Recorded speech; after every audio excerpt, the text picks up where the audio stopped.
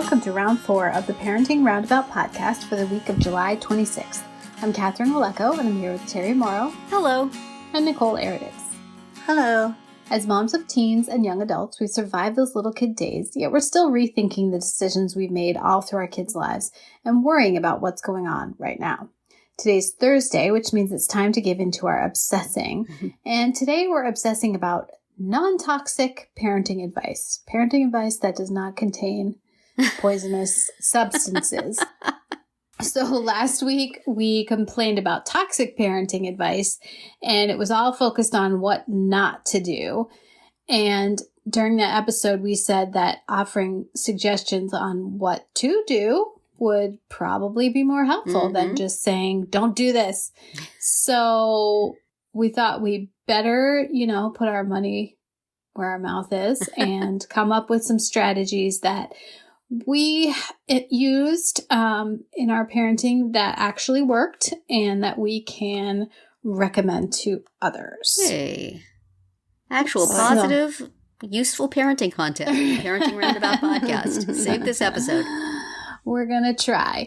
And with all of our caveats that, these are things that worked for us in our particular families, with our particular kids, in our particular circumstances. And, you just never know if they're going to apply in other cases. So I think I would say the number one thing one of the things that I tried to do that I think works pretty well is choosing your battles. Oh, yes. Excellent. Not stressing about small stuff, and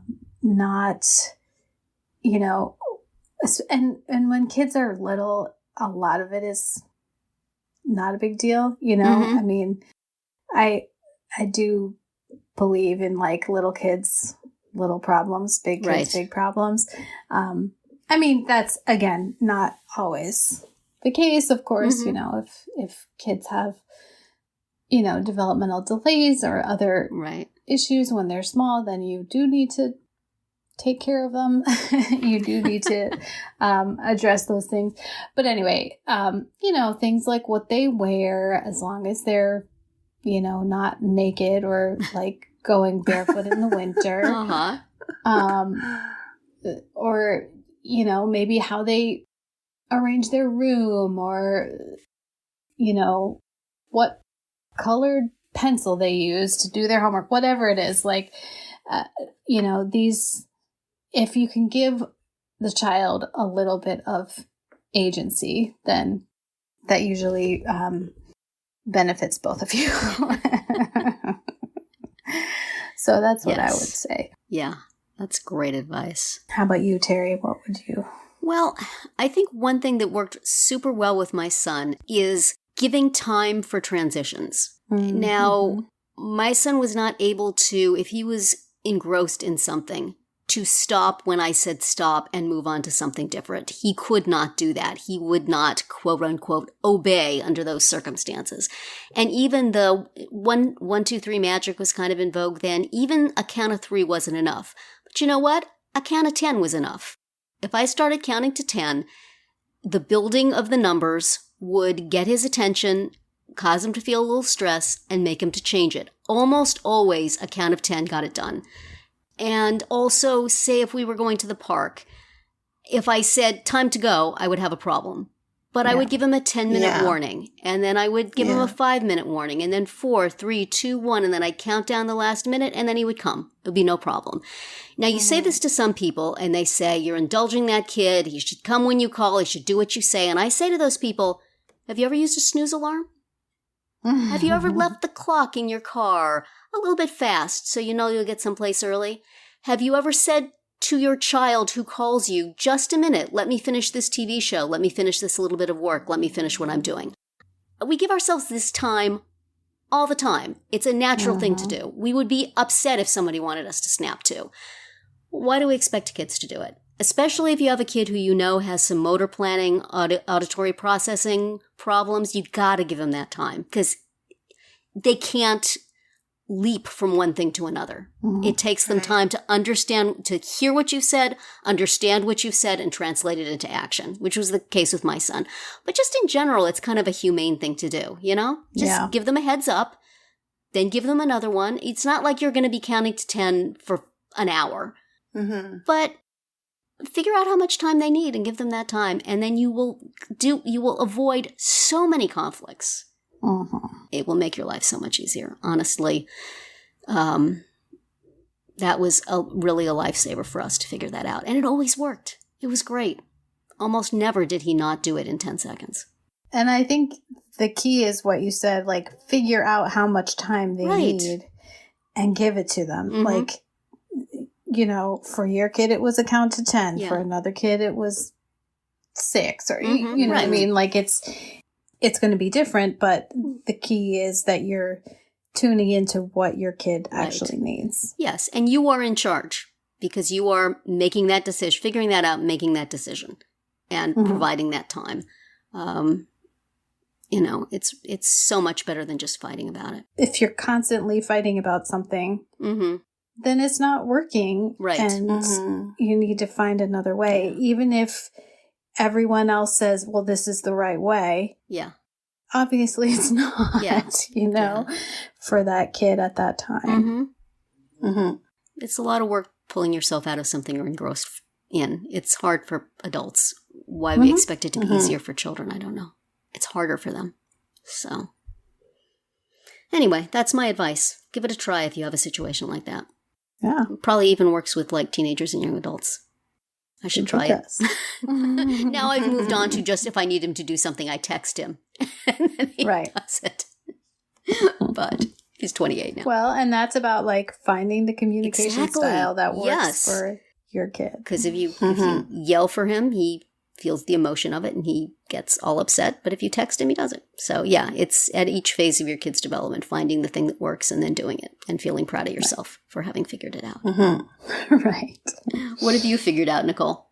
I think giving kids reasonable consequences that you can follow through with.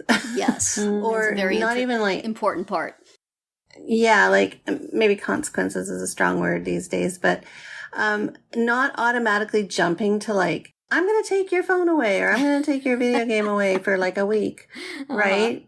Right. Not that I'm thinking about anybody as I say that, but giving something that is manageable for the child and manageable for you, because then you have to monitor whatever it is that you say you're going to do, right?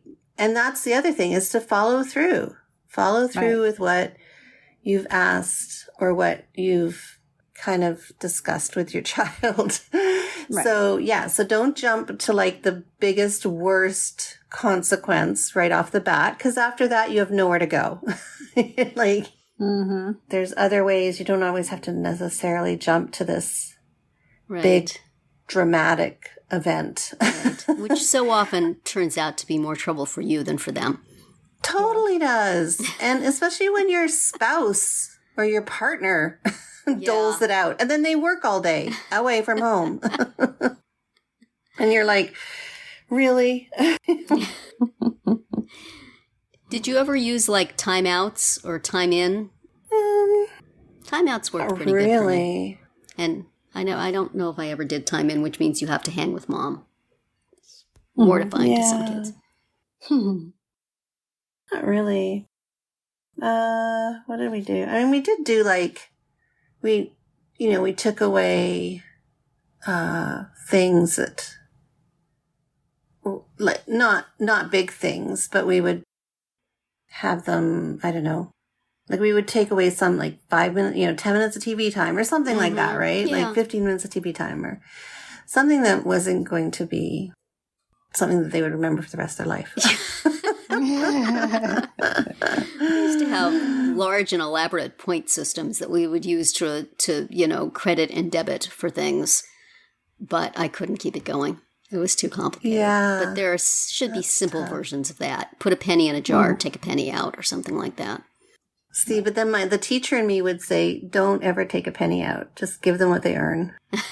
Don't take away. Yeah. So that you reinforce positive behavior. Yeah. After that. That was pretty much the way we did it too. But, yeah. No.